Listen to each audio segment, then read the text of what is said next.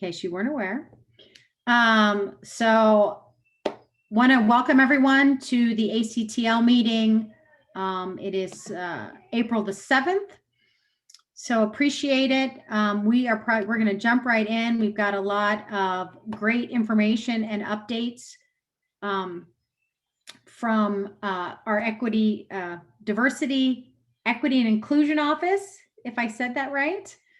And then as well from DTL, we're going to be hearing about updates on the budget, return to school, summer school. I don't know what that is. So hopefully we'll have a lot of good questions, a lot of good conversations. So I really appreciate everybody joining us this first Wednesday after spring break. And again, as you're joining us, please, if you can, put your name and who you're representing into the chat. That's how we're taking attendance this year. And at this point, I don't know what screen you're seeing. I guess I'm seeing Amy, and it looks like Poltergeist is about ready to jump out at me. So hopefully everybody else is not seeing that weird screen. But I do want to then turn it over to Jen Gross, and she is with the Office of Diversity, Equity, and Inclusion, and she's going to give us some updates tonight on the great work that their office is doing. And also, if you haven't heard, there are some school-based equity committees that have been formed and a lot of school-based work. So thought that would be a great update for everyone as well. So Jen, if that's okay with you, I'll just toss it over to you and I'll get the deck up. Sounds great. Thank you, Rebecca. My name is Jennifer Gross. I'm one of the DEI specialists, as was said. I'm happy to be here this evening on behalf of Erin Gregory to share a little bit about our office and the work that we're doing. So I guess to get started, I'll just share how our staff is how our staff is organized right now. We have Erin Gregory, obviously, as the CDEIO, his executive administrative specialist, Corvée Wilcher.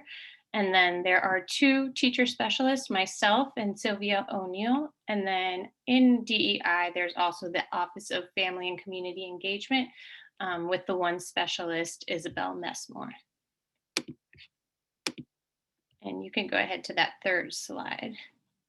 I'll talk a little bit about our roles. So one more, there you go. So Erin's role really is to examine the conditions of learning and actively work to remove barriers that hinder student access and well-being by promoting equity and inclusion for all. As the DEI specialist, we're really providing coaching in the areas of diversity, equity, and inclusion.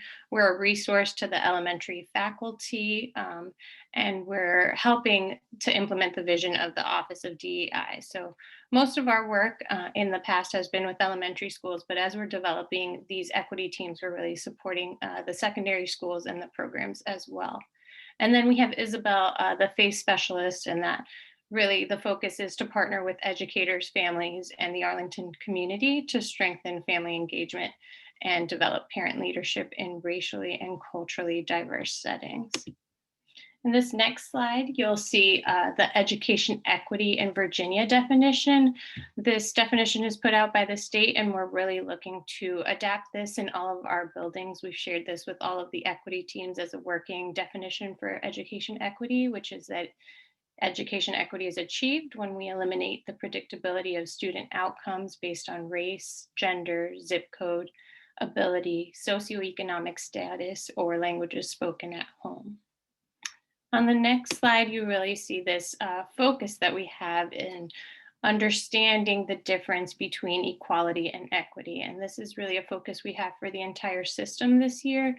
And as you can see, this image was also provided by the state of Virginia. On the left, you see equality, where the system is providing equal input. So everyone is getting the same amount of sun, everyone's getting the same amount of water, and our plants are surviving. Our students, our staff, our community is surviving. Versus equity on the right, where you see the system is differentiating inputs. our plants are thriving, our students, our staff, our community is thriving. And so we're really working to have everyone in the system sort of understand that difference between equality and equity, and striving to reach and attain equity for all. On the next slide, you can see the action plan strategy. So DEI has this plan, which is broken into 3 years. Year 1 is to establish, year 2 is to implement, and year 3 is to fortify implementation. So we'll focus on the next slide on really what we're doing this year 1 to establish. Like I mentioned, we're defining equity. We're getting that systemic understanding of the difference between equity and equality. We're developing a common language. We're exploring biases. We're really looking at the structural and historic context of colonized education. And then as we prepare for organizational change, we're collecting data, we're creating frameworks that are common, we're using common language, we're understanding the culture of the organization. There are a number of focus groups right now that Erin is leading to really get an understanding of what that culture is. And then as we look at our high yield strategies, we have the commitment from the organization. We see it from the top down. Dr. Duran has very explicitly stated the focus on diversity, equity, and inclusion. We're creating our equity teams. We're identifying levers of change. We have the equity policy, which we're developing the PIPs for as well, and we're building internal capacity. On this next slide, you'll see 2 products that DEI has put out so far. The snapshot on the left is what we call our 5-step protocol. And here you can see, well, you probably can't see, so I'll talk to it, the 3 SMART goals that we have and the data that is really driving our work. So the SMART goals for DEI for this year is that 100% of the equity team members will participate in a division-wide equity training. 100% of schools will complete equity audit assessment using a division-wide equity tool. And 100% of our schools will include diverse, underrepresented parent voices in decisions that affect students and inform and influence policies, practices, and program. And that last one is really tied to the Office of Family and Community Engagement. The data that we're closely looking at is suspension versus enrollment comparing by race. We're looking at the gifted enrollment by race and the students with disabilities by race as well. And in this 5-step protocol, there's also a quick snapshot of who the team members should be on an equity team and what the equity teams function to do. And I'll talk a little bit more about that in a second. On the right, you'll see a snapshot of what is called the DEI Toolkit. And we released the toolkit in January to the equity teams. Right now, that's a 25-page document that it goes into detail about how to really establish your team, everything from getting started to selecting the team members, the different stages of team development and how to navigate that, really setting the focus for your equity team, and then the foundations of equity literacy. There's also common definitions, so we're all working from the same language, and there are different links to resources for activities to unpack implicit bias. And there's also an area for different equity team members to share resources and ideas that they're using in their buildings, so that this is really a collaborative effort among all of the teams. On the next slide, you'll see that we've started division-wide equity teams. So in January of this year, we had our first division-wide team. Right now, they're broken into 2 groups. We have our elementary division-wide equity teams and our secondary division-wide equity teams, which includes our programs as well. You can see here what equity teams is defined to be groups of engaged and committed stakeholders who collaborate around equity issues, potential equity issues, or proactive ways to engage stakeholders about future challenges arising from inequities. This is a common goal that we are sharing as equity teams, which is to promote institutional change within the school system to better serve students and staff by ensuring each student receives what they need to reach their academic and social potential. And our equity teams are data-driven so that we can have open and honest conversations about issues like racism, economic inequality, sexism, homophobia, and ableism. And I think it's important to note that DEI, that inclusion piece is really important because it's not just looking at racial diversity, but it's looking at all of the isms really. And so when we have our division-wide meetings, what we call the equity team influencer, who is the person leading the work in the building, attends, and then they take the information back to their school-based buildings. Right now, we are really modeling how we want the meetings to be run. So we're doing different SEL practices. We go over our norms, our courageous conversation commitments, our agreements, and we start with a welcoming activity. We close with an optimistic closure. So we've shared an agenda that all of the equity teams are using, and they're also submitting those to DEI so we can see what is being covered at each of their meetings and how we can best support them. On the next slide, you'll see some of the training that has been made available. So October 12th, we had an Equity Day of Learning where there was a system-wide training by Dr. Paul Gorski from the Equity Literacy Institute. And then on that same day, the equity teams participated in another equity literacy framework workshop. There was also a third block where all staff members were able to participate in different workshops. If we had some equity team members join after October 12th, that training has been made available to them. And as part of the SMART goals, it's the expectation that everyone on the team, including the parents and community members and secondary students, be trained by the end of this school year. As a follow-up, to the right, you'll see Equity Literacy Institute's Racial Equity Facilitator training. So we had a small cohort of equity team members as well as some administrators who did participate in 4 2.5-hour sessions on how to really facilitate this work in each of the buildings. Next, we have No Place for Hate. So No Place for Hate is a framework that's really being used as a strategy for our equity teams, and all of our elementary schools are participating this year, along with our high schools and programs. The middle schools will start next school year. And to be able to be a No Place for Hate school, to receive the designation by the end of the school year, there are really 3 things that need to occur. One is that there needs to be a committee formed, which is very much like the equity team. So it might be the equity team, or it might be a subgroup. The second thing is that all students need to sign a pledge, and the pledge basically states that their school and their community, their classroom, is no place for hate. And then the third is a school-wide activity that really promotes that inclusion and shows the community as a whole standing up against hate. In the next slide, you can see the equity policy at a glance. Basically, the equity practices, the policy, the PIPs, educational equity practices, which I'll talk about a little more on the next slide. Workforce equity practices, so human resource policies, and then facilities and program planning. On the next slide, you'll see educational equity practices. So we're talking about resource allocation, making sure that our resources are available to the varying needs of our students.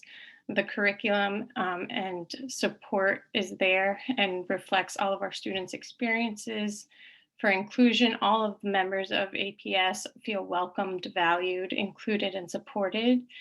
And then we have our student support. So we're increasing educational experience, general well-being, academic achievement, expanding our opportunities, and increasing support to our students. We have instruction, where we have high expectations for students, varied teaching approaches, and individualized systemic supports for all students. And then digital learning is equitable for all students. Finally, when we look at this last slide on equity profile, we look at what our metrics are for closing these equity gaps. And so we've got our success indicators: access, advanced courses, basic skills, graduation rate, and behavior. And we're disaggregating that by race, ethnicity, socioeconomic status, gender ability. And we're identifying those gaps. So if we see our students with disabilities success rate is 23%, all other students success rates 85%, and we see this gap at -62, we then set an equity goal, which is to close the gap by 5% each year. And that's all I have for the slides. I will talk a little bit to the SMART goal number 2, which is having an equity audit. And so right now we have a small group that's really calibrating that tool. And the goal is to share that with the equity team influencers in May, and really have them calibrate that information as well, get familiar with it, and be prepared to share that in their buildings so that they can then gather that data in each of their buildings. And that is it. Yeah, thanks. So if you have questions, I forgot to mention, please put them in the chat like normal. So that way we can, Jen, I'm sure will answer as many as she can, but we may, need to come back with some answers. One thing, if you can, maybe just touch on, because we do have representatives from all the schools on ACTL. Could you touch a little bit more on what each school is doing? What does that mean at the equity committee at each school if they want to find out more about the equity committee? How is each school equity committee sharing with their school community, for instance? Could you just touch on that a little bit while we get some questions over here in the chat?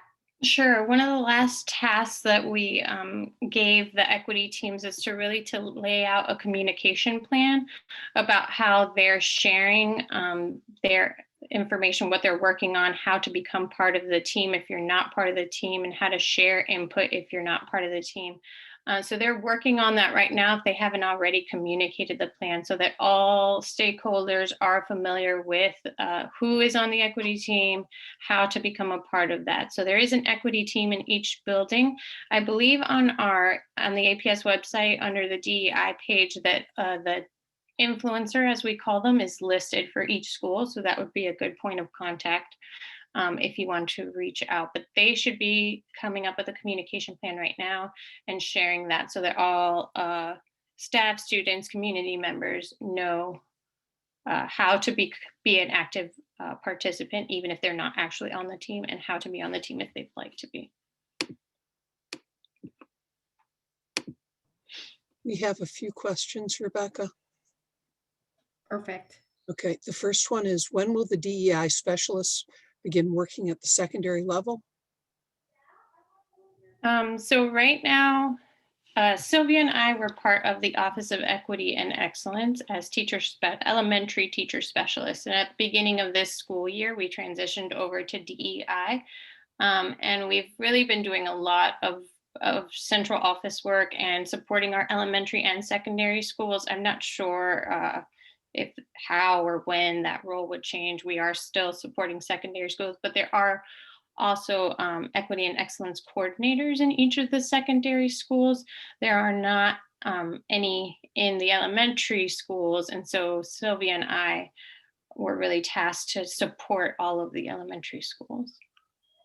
Okay, and there's a follow-on from that. I'm going to go a little out of order here, which is if you can say a little bit more about how the equity and excellence coordinators will be integrated into these plans and the future plans for the office.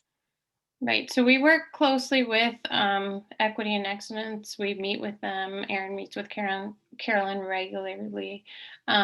Some of them are the leads on the equity teams. Some of them are not. It just sort of varies, but I think all are to some degree involved and regarded as some sort of experts in the area. So I think staff members feel comfortable turning to them, but that doesn't necessarily mean that they are the point person for the equity team. Okay. Can you talk a bit about how the equity lens is being looked at for learning recovery within APS and in particular using summer learning opportunities to help close some of the gap that was widened by COVID. And this ACTL member is particularly concerned about the lack of hours being offered compared to past years. I don't know that I can best answer that question. I feel like I'd be more comfortable with Aaron answering that. I know he did present on the impact of COVID recently. I think he could give a more comprehensive response. Okay, we can pass that along. Is the plan to have 100% of school equity audit assessments completed before the school year ends or before next year begins?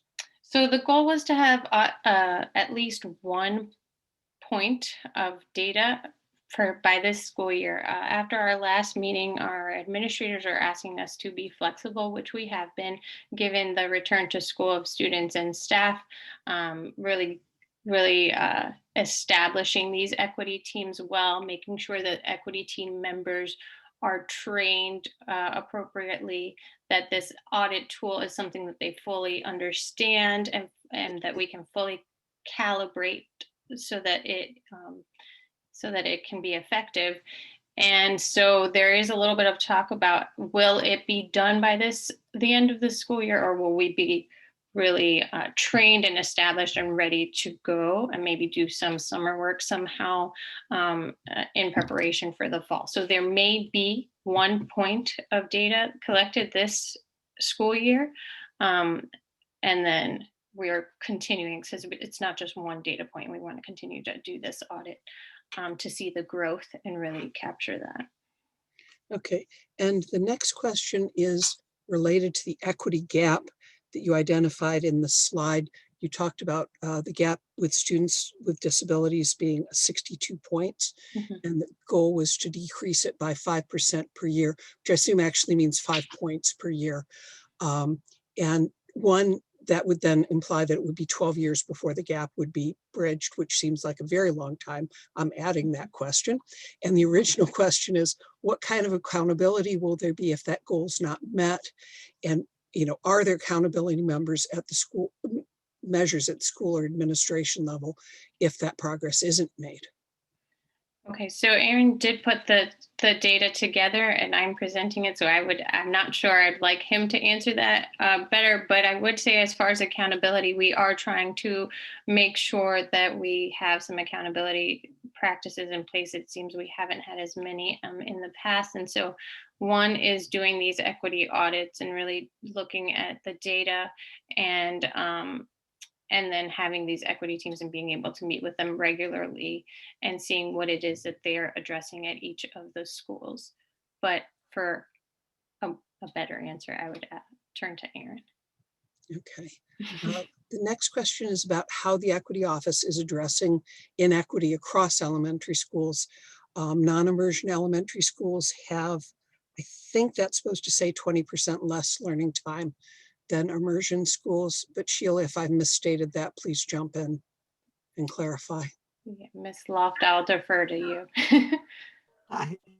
So yeah, this is in reference, I believe, to the shortened elementary instructional hours during this pandemic time, and that our immersion schools do have more instructional time that is focused on the Spanish language arts component that our immersion students have to engage in as part of the immersion process. So the Equity Office, or the DEI, has not been engaged in this. This has been a decision that has been made by DTL and in concert with the elementary immersion principals.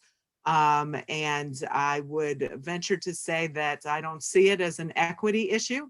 As I think about the graphic that Jen shared earlier with the plants, that this is to expect that all of our elementary schools have this same number of instructional hours, from my perspective, and I'm only speaking for me, is more of an expectation of equality.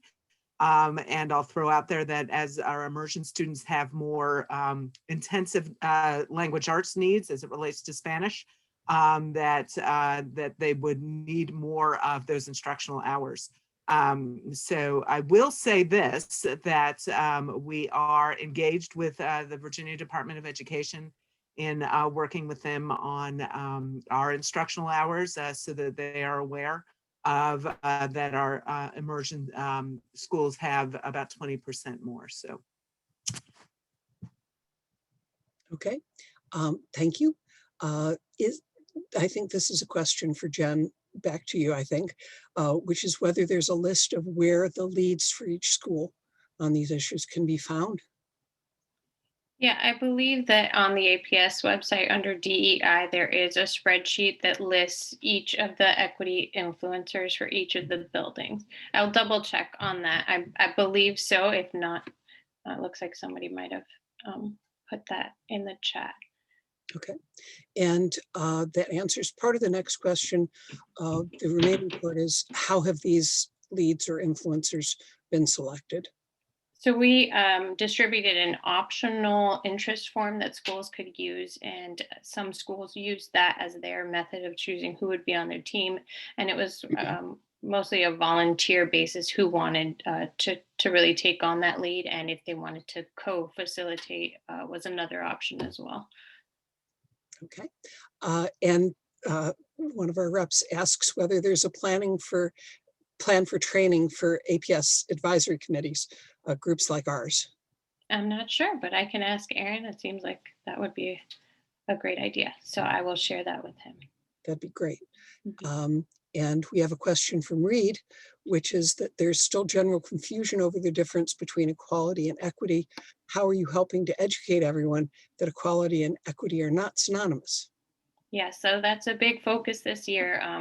From the trainings from Dr. Paul Gorski, that is a main part of the focus to really get that understanding. It's been a big part of our discussions at our equity team meetings. And so having our equity team influencers take that back to the buildings and just addressing it as much as possible. All of the trainings that we have provided on October 12th are also options now in Frontline for Professional Learning. So that is another way to share the message.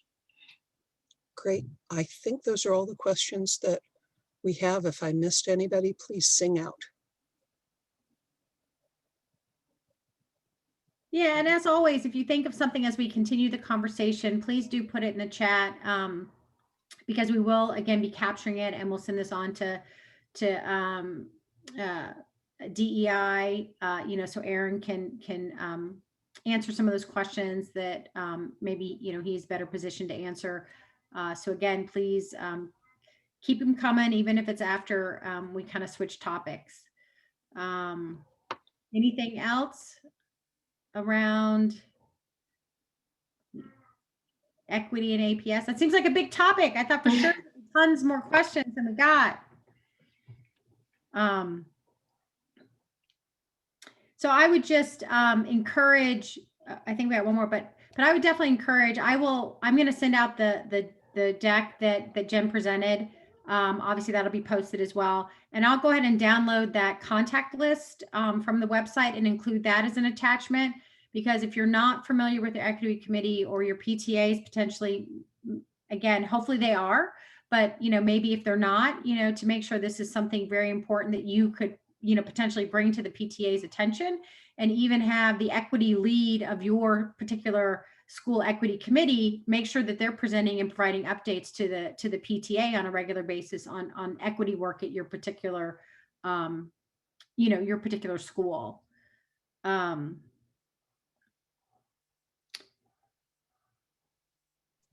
thank you for the comment. I think Courtney just commented. Does Jen also has access to the chat to see the comments? Yes. Yes. Okay, good. Yeah, the last one. So is there, can we see the equity audit tool? So we haven't yet shared that out. We're working with a small group to calibrate that. And I think in the next month or so, it will become more of a public type of sharing. But yes, we will share it once we make sure that it is what we're using and it's all calibrated and then being distributed. And are you basically posting everything on the DEI APS website? So Yes, we're trying to build that as much as we can. And I know that Erin's goal is to be as visible as possible to the public. So we're not hiding our toolkits, we're not hiding our protocol, like it's there so that we can share it so that people can see what it is we're working on. And the next question was asked and answered in the chat, I believe. Yep. And then there's, okay. And Reed's come back to ask what your office's view is on the relationship between diversity and equity. I'm not sure that there's an office view, or I could only speak to what my view is. I'm not sure. I mean, Erin's is probably different. My view is that there is a strong relationship between the two, but that equity is not just about diversity. And so, as we saw in the visual, making sure that all stakeholders, all students receive the different inputs that they need and the differentiation that they need. So I think there's a strong correlation. I don't think that it's just diversity and equity. And there's a question about whether the equity audit tool includes curriculum specific evaluations, so science, social studies, etc. I don't know if it goes into such specifics. I know there is a curriculum and instruction component, a family engagement component. There are various areas to it. I'm not sure if it goes that specific to each of the subjects. I do know there is a larger like curriculum audit happening right now with DTL through Cultivating Genius, which I'm also a part of. So that is looking a little deeper into the units for each of the subjects.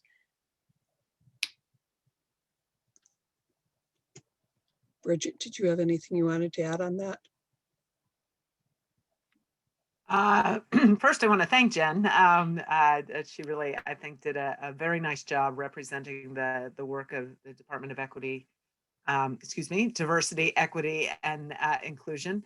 As she mentioned, she joined the office in September, coming from our Office of Equity and Excellence that is currently part of DTL, but with the reorganization, will be moving to the Office of Diversity, Equity, and Inclusion. So Jen will be reunited with many of her former colleagues. So I did wonder, I know Sarah Putnam has joined us, and I'm wondering, Sarah, do you want to give it just a brief overview of the Cultivating Genius work that Jen just referenced as far as really auditing many of our curriculum? Sure, I'll give you just a glimpse of where we are in that process. All of the teams and the content areas who are joining in that work have gone through their own learning over the last few months. And starting on Monday is our next meeting where the content areas who are part of that work are going to start auditing their first unit. So they come on the 12th to really do a baseline measure with the rubric that we have with the culturally historic and responsive education tool through the Cultivating Genius work with Goldie Mohammed. So that will give us a baseline of the current status of those units. And then over the next few months, we do revisions, and we'll have a new product in June that then will showcase. Goldie Mohammed will join us back. We have some coaches to work alongside those teams to do the revisions. And then that, I'm excited about that work, because then we're going to use those products as a jumping off point to continue future revisions throughout this summer and throughout next school year. So the group that's in cohort 1 that Carolyn Jackson and her team have put together really are the trailblazers of that, and we're going to use that to inform our work moving forward. So I'm glad that Jen was a part of that as well. Even when Equity and Excellence moves forward in the reorganization, I've already talked with Carolyn about how important it is that we continue that work. And I should mention, in addition to Bridget Loft's thanks, Jen, that several of the ACTL members were thanking you for your presentation as well. Oh, thank you. Thanks so much. Yeah. I do have to run now, so if there are any questions for Aaron, I'm sure he's happy to answer those. And appreciate your time tonight and letting me share a little bit about the office. Yeah, thank you so very much for your time, and really appreciate it. And we'll look forward to really great updates, as things progress. So appreciate it. Sounds good. Thank you so much. Have a good night. Thanks, you too. Okay, so now Bridget's going to be on the hot seat here for, I think, the rest of the the meeting. Instead of bringing up new topics tonight, given there is so much going on, we have graciously asked Bridget to provide some updates on a lot of the moving parts right now, which include, and I don't know, no particular order, but some updates related to the budget, some updates related to return to school, and some updates related to summer school. So Bridget, again, I don't know if whatever order you would like to tackle those in, but those are kind of the three things that we thought, again, for this community are critical, both time-wise and, again, taking back to your community. So Bridget, I will toss it over to you if that's okay. Yeah, I'm going to try a grand experiment here. I am glad that Reed is tuning in, because I'm going to start with the budget, and I'm going to make reference to the work session last night where Rebecca represented ACTL handily from 6 to 7. The school board advisory committee chairs sort of spoke to different parts of the budget and shared particular feedback. And Rebecca focused, I think, on the reorganization components, and in particular, also, Rebecca, I appreciate the advocacy on behalf of DTL's request for a data coordinator. I think everybody here is nodding their heads vigorously that would be a really necessary and needed support to streamline the provision of data. So thank you very much, Rebecca. I appreciate that. My experiment here is I'm posting, I think, in the chat the link to the presentation for the work session last night, and I want to highlight information on 3 particular slides. So Rebecca, I'm going to share that, or do you want to share it? Well, I was going to try myself, but Either way. I don't, you know what, do you mind sharing it? I don't do Zoom except for very special groups like this. I'm more of a Teams girl. So if you can pull up the work session slide, if you'll take us to slide 7, that would be great. Hi, Bobby.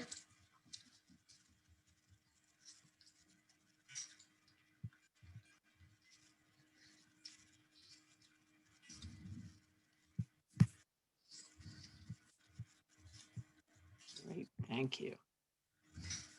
So I just want to highlight this slide because it gives, I think, a nice kind of overview of, if you sort of are, all of you, I'm sure, are familiar with sort of the cycle of the budget review. So Dr. Duran introduced his proposed budget in February, at the end of February. There have been several work sessions since. And through the process, you can see on the first 2 columns, his original proposed budget, and then you'll see revised proposed budget.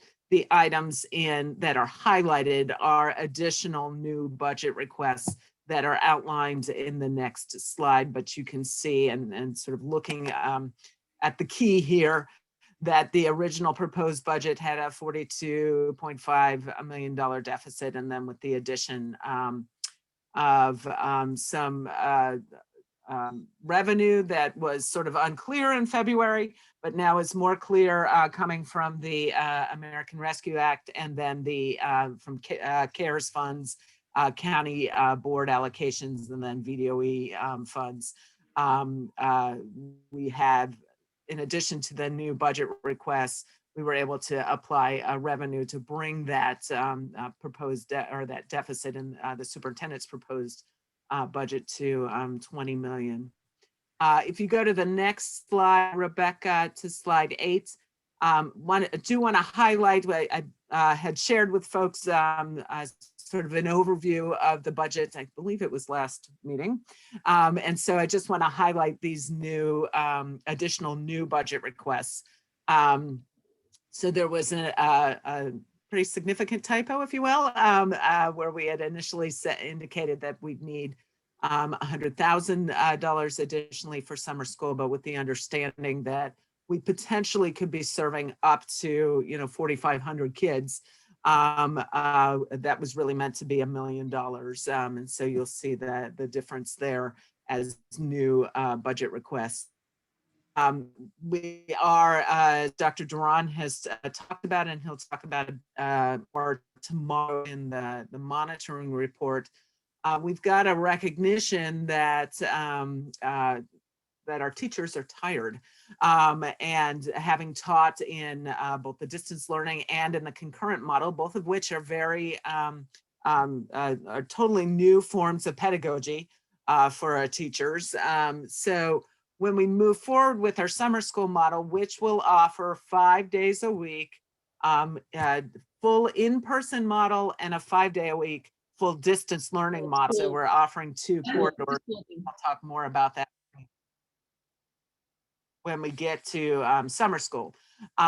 But we've got the recognition that being able to hire staff, particularly to work in person in summer school, is going to be a steeper climb than what we've ever had in the past. And so we are looking to follow some other school districts' models in offering an incentive for teachers to teach in person. To give you kind of a sense, right now, we posted our summer school vacancies on Monday, so very early days. But even now, as we look at the number of folks who are expressing interest in applying, it really is 2 to 1 distance learning to in-person learning. So looking to add an incentive for our many scales that would be reporting in person. And you see that at the $650,000 mark. In addition, Washington Liberty typically, and I'm using quotes, but in the last several years, has been able to admit about 80 students from their wait list for the IB program. Dr. Duran has expressed an interest in opening up that wait list such that WNL would be able to admit all of the students on the wait list, and that's somewhere in the neighborhood of about 150 students. So in order to do that, that's going to cost us about $38,000 in additional FTE. And then you'll see the distance learning program for the fall, and I'll talk about that in a moment, but just to kind of give you an overview that we anticipate as we offer a full 5-day-a-week in-person model for the fall and a full 5-day-a-week distance learning model for the fall. It's going to cost us around $767,000 with an additional position. And the VDOE notified us that the Safe Routes to School coordinator position that's being funded from a particular grant, the grant's being reduced by 70%. So in order to keep that position, it's been really fundamental in liaising with our crossing guards and highlighting safe walking and biking routes to school. We're going to need the additional $83,000. So that comes up to that about 2.4 million in additional costs, and then a 2.4 in FTE. So just wanted to highlight that for you. And then Rebecca, if you'll take us all the way to slide 23, and then I'll stop talking and work to answer questions. So as the budget cycle continues, so as I said, Dr. Duran presented his proposed budget in the end of February. We've had a series of work sessions that the board has had a chance to kind of parse through each of the department's proposed expenditures and reductions, and then the school-based staff's proposed expenditures and reductions, and we've heard from advisory committees as well. So we arrive at tomorrow, in which the school board will be proposing their budget, and then there'll be a joint work session with the county board, a public hearing, and another work session until we arrive in May. on May 6th when the school board will adopt their budget. So we're sort of midpoint, and you can see here where the a glimpse into potentially what the school board's proposed budget will work out to be. But tune in tomorrow to get the final answer as far as their proposal. And so I just wanted to highlight that.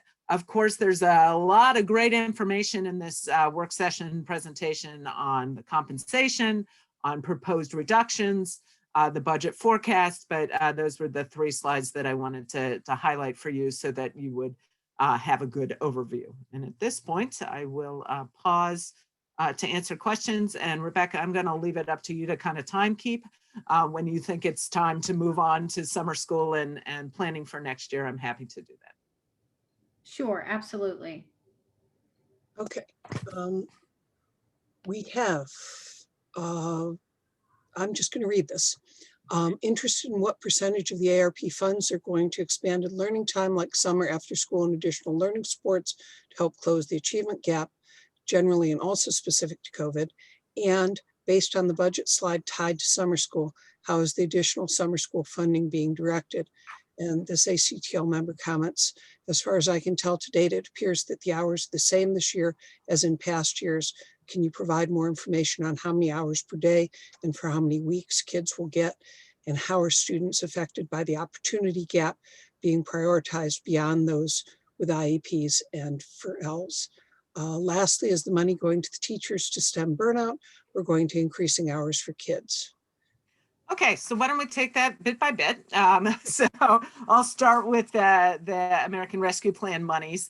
Arlington ended up with about 18 million in American Rescue Plan, and we needed to spend, I think it's 20%. So really it's $4 million that's going towards addressing learning loss and sort of accelerated learning and support for students who need that additional support due to their participation in the pandemic. So that $4 million is really going to cover summer school.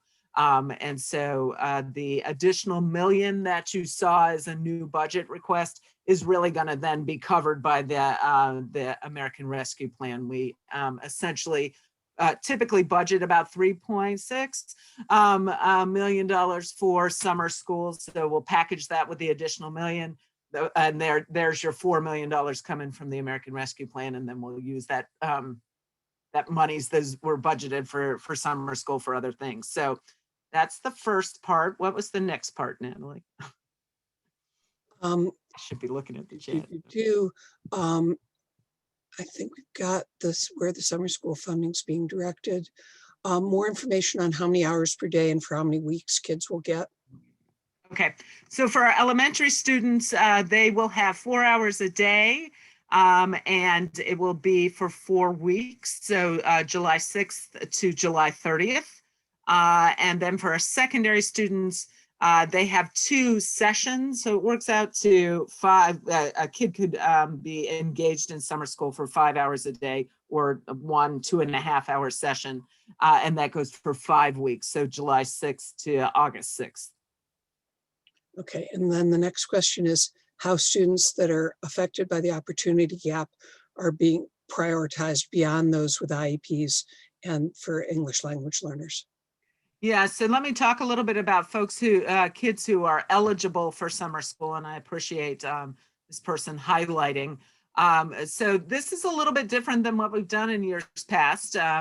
We are saying that these folks, we expect that the following students will participate in summer school and their parents will need to opt them out, as opposed to having their parents register them in or opt them in. We're really moving forward with the expectation that these are kids who have been highly impacted throughout the school year by the pandemic and the learning environment, et cetera. And so we recognize and acknowledge that they need additional support. So the following students would be our Ls, 1s, and 2s, and that's elementary, so K-12. And then our Ls, 3s, and 4s who have not shown sufficient language progress. And then any student with a disability who has an IEP, and I want to emphasize that we did not cast the net wide to our students with 504s, in part, and that's a part budgetary. However, if the students with 504s fall into this next category, absolutely. And the next category is for our elementary students who are performing at the basic or below basic level of screeners in reading and math.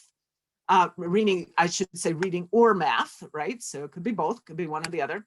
And then for our secondary kids, and that would be middle through high, would be students who are failing a course that's required for graduation or for promotion from middle school. So the reference to the opportunity gap, hopefully that explanation allows us to recognize that we're trying to capture those kids who really, sort of had failure to thrive in the pandemic. Now, I do want to back up and say, we do have students with disabilities, students with IEPs and our Ls, 1s, and 2s who have done just fine. But we do want to acknowledge that they would likely benefit from ongoing language acquisition work for our Ls and additional support in their academic or their social emotional needs for our students with disabilities. And then the last piece I'll say is, as per usual, we focus on extended school year for when IEP teams determine that a student needs additional work over the summer so that they don't have a loss in a critical life skill. But we're also instituting recovery services. And this is where IEP teams identify that the student had a learning loss or an opportunity gap during the school year, and therefore would benefit and need some additional opportunities to practice towards their IEP goals. So we do anticipate that we'll have significant number of our students with disabilities who will be engaging in recovery services as well. Okay, and the last piece of this relates to another question, which is the question about the additional funding for teachers to teach in person. Okay. And the question is whether that's going to stem burnout. But a question from another member is, do we know why teachers seem reluctant to teach in person? I thought you also mentioned that they found distance/hybrid pedagogy more exhausting than in person, which would make me believe they'd be more eager to do in person. Right. So, I have to say, as a former teacher, I'm married to a band director, so I get to live it every day, right? This teaching in and of itself in a normal year is a marathon. And our teachers engage beyond their contract hours, as we all know, and are fully committed to helping each of their kids over the finish line, not just academically, but socially and emotionally. Now you throw on top of that the uncertainty of their own health, of their family's health, of living in a world in which we all are experiencing anxiety and stress, and then you change the rules of the game as I've never known it. So I'll use my husband's example. Over 25 years of experience as a high school band director, has never taught the way that he was expected to teach. And didn't have pedagogy, sort of strategies to teach music to students from a distance, and had to kind of make it up on his own. And that's not to say that our folks, our content supervisors, were sitting around eating bonbons, not at all. In fact, they were on the front lines with our teachers, but we were building the plane while we were flying it. Then we changed the rules again by bringing our students back, to some of them in person and some of them in distance learning. And oh, by the way, you need to use a webcam and a document camera, and you need to balance kids on both platforms, ensure that they're engaged, make sure that their social emotional states are in a place where on Maslow's hierarchy of needs, they can access this learning. And oh, by the way, we're going to test them at the end of the year for the SOLs. So I'm going to say, folks, that to expect anybody to be in a place where they are enthused about doing it again in less than a month is, I think, naive. So I'm sorry, I'll get off my soapbox now, and leave it there. Yeah, well, and so I want to, there are a couple budget questions. So I know we've Sure. got some more on summer school that I've seen in the chat and different things. So what I'd like to do is answer, Natalie, if we can, focus on some of the budget Yep, questions. it was, And then we're we'll let thinking in the Bridget, same direction. Yep. yeah, okay. And then we'll let Bridget provide an update on summer school, and things like that. And then, because maybe some of the questions we just haven't gotten to because we haven't actually gotten to summer school update yet. So Sure.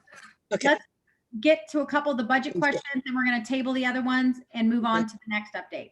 I've got 3 budget questions so far, I believe. The first is whether middle school extracurriculars and late buses are still on the proverbial chopping block. Right. So, yeah, the middle school extracurricular and the late buses were a part of Dr. Duran's proposed budget as a possible reduction. Certainly the board needs to make some determinations, and will make some decisions as to whether or not they will include that reduction in their proposed budget that they'll share tomorrow. So I would say stay tuned. Okay. I suspect there may be the same. Sorry, Natalie, I'm sorry. Can I jump in here, Please. Bridget, and maybe give a little clarification on the budget questions?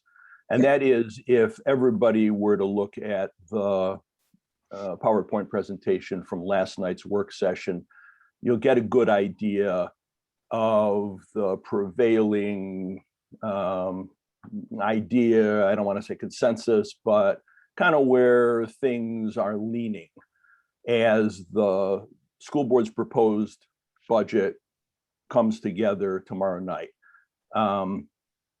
Things are still being discussed. I don't want to say that whatever you saw in the PowerPoint last night will absolutely turn out to be the case in tomorrow night's proposed budget. But if you look through last night's PowerPoint, it gives you a good idea of where things are kind of, heading. And I think that answers those couple 3 budget questions where people have asked, is this or that still on the chopping block? Okay. Thanks, Rita. And I will, again, I'll attach that with the DEI presentation, just so people don't have to go to the website, to look at it. And again, tomorrow night, the school board meeting, so that they'll actually, whatever was last night will change a little bit tomorrow night. But we can attach that. So I don't know, were there any, I think the rest more relate to, again, back to, hybrid learning, this year, again, what does that look like? Recovery service between now and the end of the year. And then again, summer school, how does it compare, and different things like that. So I think, Natalie, unless you see something different, I think maybe we can transition into Bridget. And I don't know, I know we've talked a lot about summer school, so I don't know if that's makes sense to go there, or potentially what is the plan between now and the end of the year, and then segue into, summer school plans. Sure. Do you want me to talk now, spring, and then we can move to summer school? Is that? Yeah, I think so. And then we can, if the questions aren't answered in part of what you're presenting anyway, then we can come back to the questions that have been asked about that. And again, I'm sure there'll be more. Sure. So I think a big determinant in sort of shifting from where we were when we transitioned our students to hybrid, many of our students, I should say, to hybrid in early March.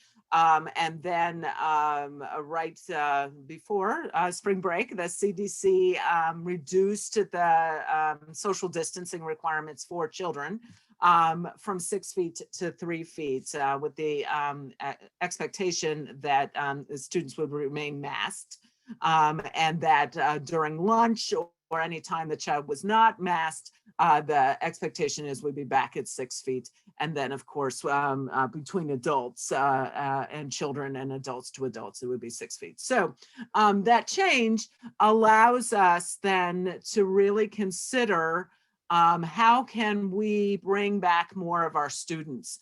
And so our real efforts have been now focusing on the wait lists that schools have to move some of their children from distance learning to hybrid, and really prioritizing our special populations for that. So our special populations would be English learners, our students with disabilities, and our students having challenges in distance learning. So I'd throw in there too, really some consideration of our youngest children as well. So what we've asked our principals to do is to take a look at their wait list, prioritize those students, bring them back, bring those students in for 2 days a week, from having gone 4 days a week, really 5 days a week to distance learning, now to be in person 2 days a week, where space allows. And we need to keep in mind that each of our schools is different, has different space requirements, et cetera, and that we are not just planning to bring kids back into classrooms, but then also potentially particularly on raining days, bring them into cafeterias or classrooms where they would be eating lunch, right? And remember, that's that 6 foot requirement. So we've got some moving parts there as well. Our students in our countywide special education programs continue coming 4 days a week. That is something that we've already lined up for. And then really planning into the summer and the fall to transition from the 4 days a week of synchronous learning into 5 days of fully in-person and fully distance learning. So that's, we're going to hold that course through the rest of the year. Dr. Duran will share tomorrow in his monitoring report. We're tracking the number of students who have been able to come in at each level, and the number of students whose families have opted for them to move from hybrid to distance learning, because that is definitely a phenomenon that we're seeing, particularly at our high school level as well. So that's where we stand for the spring. Do you want me to pause for questions on that one, Rebecca, or do you want me to move to summer school? I think that, again, the majority of them around summer school and recovery services and clarifications around, is it the same? Is it different? Again, the criteria. So maybe just keep going and then we'll come back to it. So moving into then summer school, I do want to make reference that Governor Northam signed a bill into law on March 30th that requires all districts to provide a full 5-day-a-week in-person model and a full 5-day-a-week distance learning model. And that starts on July 1. So that will encompass summer school and moves through August 1 of 2022. So APS will be offering both models, sort of parallel, if you will, for summer school and then also for the school year. We anticipate being able to bring students in 5 days a week. And then, of course, the unknown remains, are we going to continue at our 3 feet social distancing, taking temperatures, health checks? Where are we in the summer versus the fall? We anticipate that it'll be sort of business as usual in the summer, certainly, as far as taking kids' temperatures and doing health checks and the 3 foot social distancing, and then 6 feet for students as they're eating lunch, et cetera. So we will be, our elementary students who are eligible, parents will be notified on April 16th.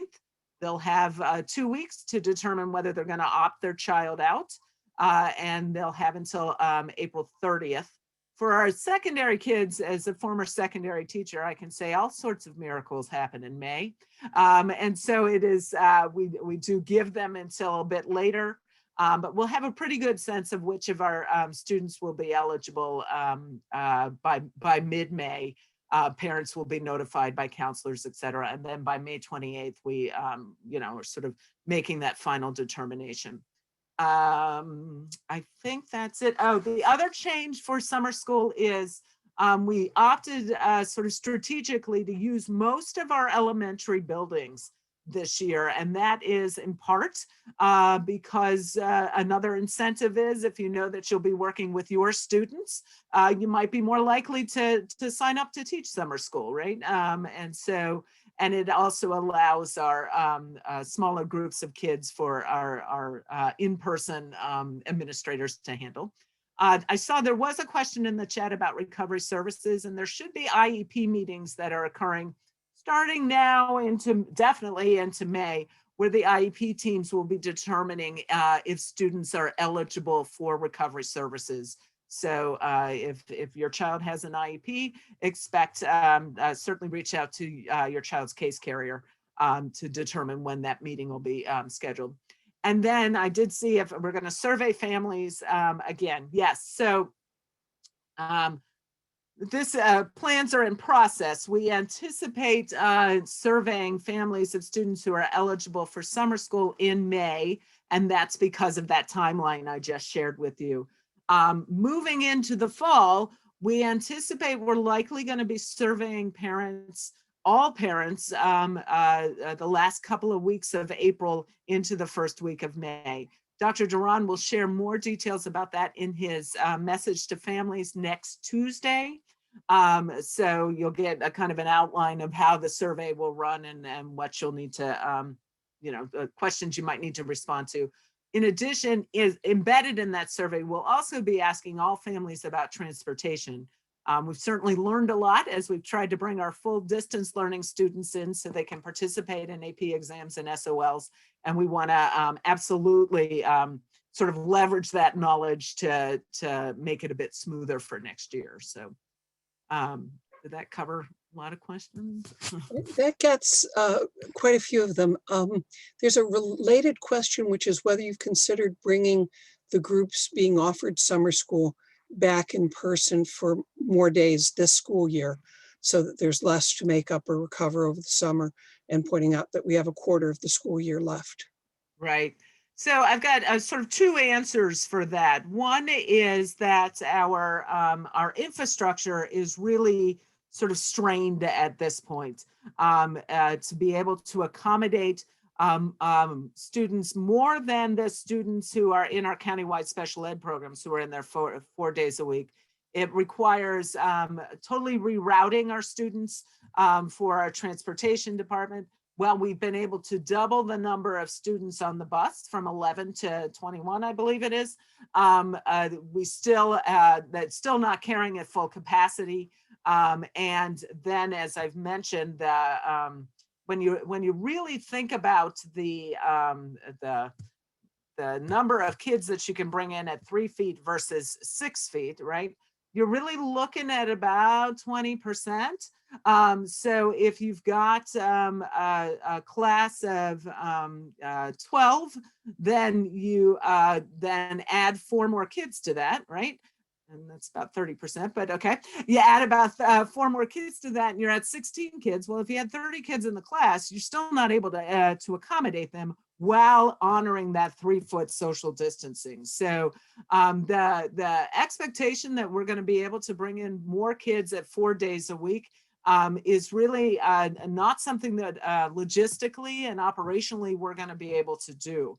So we'd rather, we have been able to bring kids back who weren't in in-person learning at all, to bring them back 2 days a week. And then the other piece I'll say is at the secondary level, we absolutely have been working on credit recovery since the beginning of the 3rd quarter. And that's going to allow students who are failing their classes to demonstrate proficiency on the skill sets and the knowledge that they didn't before, so that they may not be eligible for summer school come the end of the year. So we are trying to mitigate that now with our secondary students. Thanks. There's also a point about, I'm trying to find it, sorry, that there's been a lot of attention to mental health of students and asking what's happening in terms of provision to teachers and staff for mental health supports. Yeah, so we have an employee assistance program. That's one outreach to our staff that absolutely has been sharing all sorts of resources. We have groups that are available for our staff to engage in. There have been sort of meditation programs and mindfulness programs that allow our staffs to engage in that. I do know also that our principals have been really cognizant of how far they can stretch their staff, right? And so they've been very flexible. If, for example, a teacher is teaching most of their students via distance learning, likely they can continue to do that from home rather than having to come in. The flexibility as far as family needs has been in place as well. And so we're doing our level best in the untenable demands that have been placed on our teachers and staff to try to see where there are gaps where we can provide them that grace. And you have several comments, I think, empathetic and sympathetic with respect to the situation, but I'm going to let you read those on your own. Sure. We've got a revisit to the budget question for Reed, I think, saying it's a little difficult to connect what's on the PowerPoint with what used to be on the PowerPoint. That's why I was asking. Reed This responded.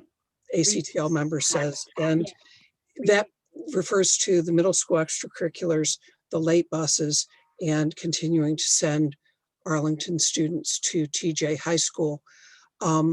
If those are not delineated in the line items on the slides, are we to assume that those cuts are no longer in play, at least at this moment, Reed? Because it really is difficult to understand. I'm going to table that one because Reed just responded in the comments. Sorry. Yeah, that's okay. It just happened. So, and we'll keep on the summer school questions. I just want to, and then if we have time at the, because I think the budget again is so fluid at this point. We'll have a different answer tomorrow. But the summer school, if we can kind of, I think the next one was. Sure. There's Elisa. A comparison between this year and past years, hours, number of students being served. I don't think that was covered yet. Yeah, so we do already recognize that we have more students who would be eligible for summer school. We've seen that with our grades, and we've seen that with the grade reports, but then also, as Dr. Duran has talked about, the DIBELS assessment, the math inventory assessments, et cetera. So when I said, all told, we're looking at about 4,500 students. That is significantly larger than what we've experienced in the past. But I don't want to give the impression that we have sort of identified them as eligible for summer school, and we're not regularly trying to intervene with students to kind of spiral back to give them opportunities to demonstrate proficiency. So I do also, Natalie, if you're okay, I saw another question about the attendance requirement for. Yes, that's exactly where I was going. So thank you. Exactly. So yeah, we, like everything, this is a fine balance, right? We only have 20 days for our elementary students and 24 days for our secondary students. So if they're missing 4 days of class, remember that that's, a sixth of an entire school year. And so on that side, yeah, we want to be able to really hold kids to a standard. On the other side, absolutely appreciate that could be considered yet another opportunity for our students to be anxious and become depressed and really measure their self-worth versus by their performance. And so we're still working through the attendance piece and trying that careful balance. But I do want to acknowledge, as Elisa put in the chat, absolutely the social emotional toll has been large. And so we want to make sure that we support our kids in that regard. Right, and that the summer school approach and policies don't risk actually exacerbating the existing problems rather than helping to ameliorate them. Exactly. Okay. Okay. Bridget, one question. So for a lot of these questions, obviously we don't have a final plan yet, which is understandable. So for communication out to schools or to parents, do you think that's that May timeframe that you were mentioning after the survey to get an idea of how many virtual, how many in person? And are you talking about summer school or, Yeah. yeah. Yeah, absolutely. I mean, we expect that by that April 30th, we'll have our elementary student information. So we'll know how many kids we've got to serve. And we'll have, the postings will have been live for 4 weeks. So we'll have a good understanding of where we're going to be with staffing. And we've said at each milestone, this is really, the services are contingent on the staff that we get. So, circling back to that new budget request of incentives, I think that's going to play a role in getting more teachers in place to serve our students' needs. So I'd say one benchmark is, the first week of May, we'll have a good understanding. And then the next benchmark when we survey parents, which will likely be the first couple of weeks of May, so mid-May, we'll once again have a sense of how many virtual and how many distance learning. So, and then of course, Dr. Duran will be reporting this out in his monitoring reports throughout. There's a follow-up from Melissa asking whether elementary school summer classes could be graded pass-fail. So to try and keep students coming to school as much as they can and as best they can during that time period. Yeah, I think that's certainly something that we need to consider. So I appreciate you putting that forward. Okay. There's a question of whether there is or can be a clear written explanation from APS for families differentiating between summer school recovery services. Sorry, ESY. Help me, Nick. Extended school year? Thank you. Short one acronym. So the question is, can we differentiate between sort of the general special ed programming, the recovery services, and extended school year? Yeah, I think sometimes we, don't see the forest for the trees. Those of us who are living the dream. So absolutely, in our messaging, we can be more clear, and I'll bring that back to our school community relations. I do think the recovery services and the extended school year, those discussions happen in those IEP meetings. And so for the affected students, families should have a good opportunity in those IEP meetings to kind of parse out recovery services versus ESY. But for the general consumer, yeah, you're right, we need to be more clear on that. Okay, and then I think there's a set of questions, Rebecca, dealing with fall stuff. Yeah, there was one on hybrid. Is there data about, and then we'll switch to fall because I did see those Sure. now. So the hybrid, I think I saw a question about, is there data about who's going back in hybrid, who chose hybrid, break all the various breakdowns. Is that data available somewhere? That's for spring. Okay, got Yeah, it. I think so. Yes. Yes. Now, the report that Dr. Duran will share tomorrow, because this is the first sort of run of the report looking now in the last several weeks, will be by grade grouping, elementary, middle, and high. But I will, we do have that information by demographic, and I'll bring that back. It likely won't be in his monitoring report next time, tomorrow, but at the end of April, I'll bring that back to him, that's his suggestion. I think that's a suggestion, Bridget, for basically any data that you guys are putting forward, that the default should be to provide the demographic data, and that the analysis should be for people to come forward and say why that can't happen, rather than for us to have to ask for it to happen. Fair, thank you.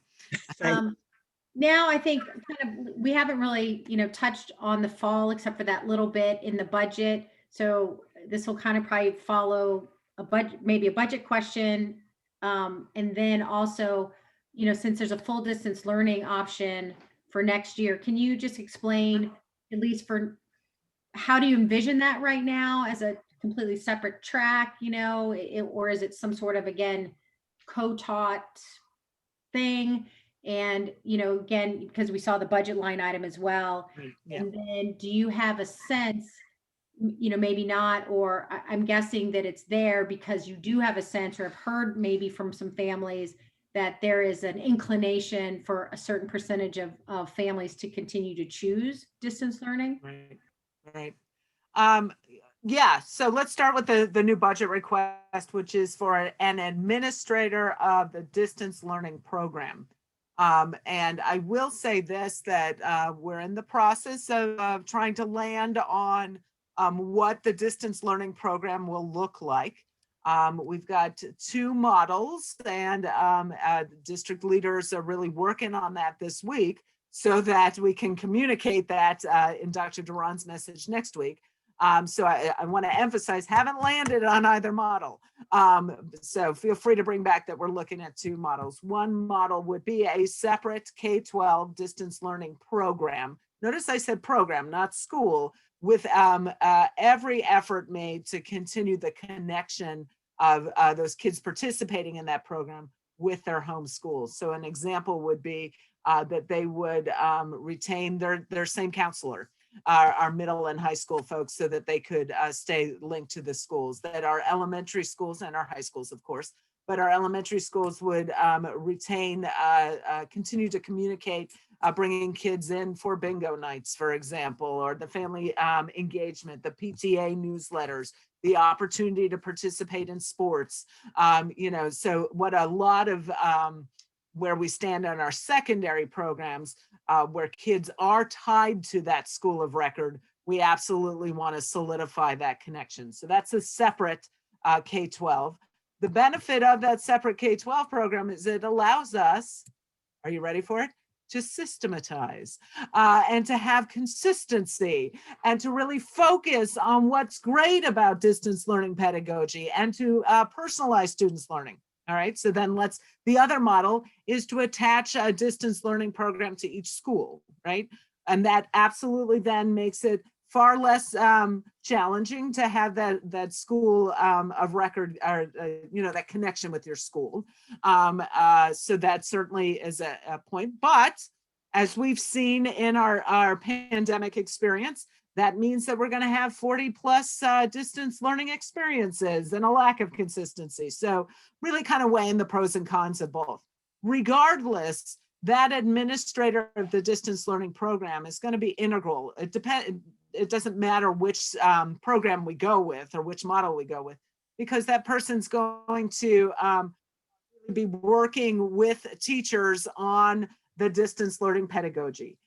We'll be building a master schedule for the distance learning separate program, if that exists, to be working in concert with the School of Record administrators to help supervise those teachers, to be delivering and modeling social emotional supports for students who are disconnected and are learning through the screen. So that's why we put that forward, because we know we're going to need a point person to be managing that. And I thought there was another part of your question, Rebecca. So cue me.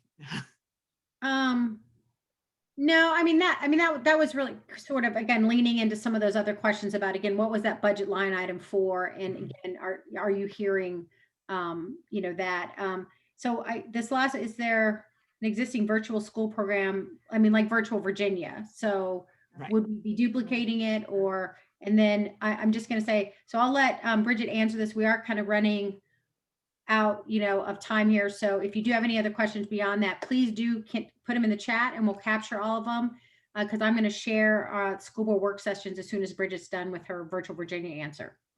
Okay. So yeah, absolutely. We are not gonna, Virtual Virginia is not gonna replace APS teachers, but there may be times when we've got a gap where we don't have a qualified APS teacher to teach. I'm going to pick it out of thin air, you know, English 8, right? And so we could leverage Virtual Virginia to fill that gap.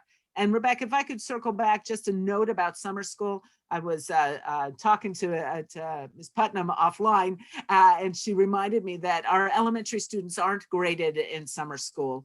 They are provided progress reports so that the understanding, but there is no pressure of grades. So we wouldn't even have to do pass fail. So. Okay. And so we actually covered fall. So we covered 4 updates. So Look I at us. appreciate it. If there are any other questions, if they're in the chat, or you can email me. And again, we'll add them to the list of questions that we will pass on to Aaron Gregory in DEI, and or again, if it's budget related, I think we'll have more information obviously tomorrow night per some of the discussion. If it's current hybrid questions for the spring, for the summer, again, or how APS is leaning into the fall, please let us know and we will pass those on to Bridget. And, and try to, again, get, answers and we'll send those back out. I do want to, since with the last 3 minutes, well, one, thank you so much, Bridget. You're always on the hot seat for us. So we definitely appreciate it. So we have a couple of things coming up of school board work sessions. So I want to just make sure. So these are related to our wonderful, amazing content committees that if you're not familiar with them, basically, that's the kind of the workhorse in a lot of ways of ACTL that work very specifically on each content. So we have 14 of those committees. So we are very fortunate that the school board has granted our request for 2 work sessions this year to provide an opportunity for each committee to present recommendations or priorities and to hear feedback directly from the school board. So anyone, it's a work session, so anyone can watch the work session. So the first one is Thursday, April 15th, and those are the committees are English learners, special education, English, career technical, early childhood, school, Health Advisory Board, Science. And then Tuesday, April 20th, Arts, Gifted, Equity and Excellence, World Languages, Math, Student Services, and Social Studies. So if you want to learn more about each individual content area and the priorities and the work that they're doing, I encourage you to tune in. And again, spread the word. We're always looking for more members on our committees. And then just as a head, our next regular meeting will be Wednesday, May 5th. The topic, again, we'll probably have updates and things like that, but we really wanted to focus on our NOVA partnership. So we do a lot with APS with NOVA for all students. And so really to understand that, so we will have kind of a presentation or update on our dual enrollment with NOVA. And again, how we are looking to grow that, expand that, and opportunities for our students, as well as our pathway to, baccalaureate. How do we help with the equity, special education, diversity? How do we help students navigate, maybe if they've never had a family member go to college, or again, have specific learning disabilities that may be a challenge? We have partnerships with NOVA on all of those fronts. And so really to highlight that. So again, it's not just for people already in high school, but to understand those pathways from elementary on up. We thought that was a really important topic to bring. So I wanted to highlight all of that for everyone. So thank you for my little moment there. And with that, we're right on time. Yay. So again, I really sincerely appreciate everybody's time. Again, I know everybody's integrating back into after spring break week. So this was probably a really tough Wednesday to come, but I hope everybody found it really helpful. I thought were wonderful presentations from everyone and some great updates, and definitely look forward to the conversations. Please do take this back to your PTAs and share with them, because again, that communication you provide back to us, again, is what helps us, improve and grow, and again, communicate back with the school board and obviously with all the central office administration. And that's all. All right. Have a wonderful evening. Thank everybody so much, and look forward to seeing you guys at the work sessions. Take care and stay safe, everyone. Thank you.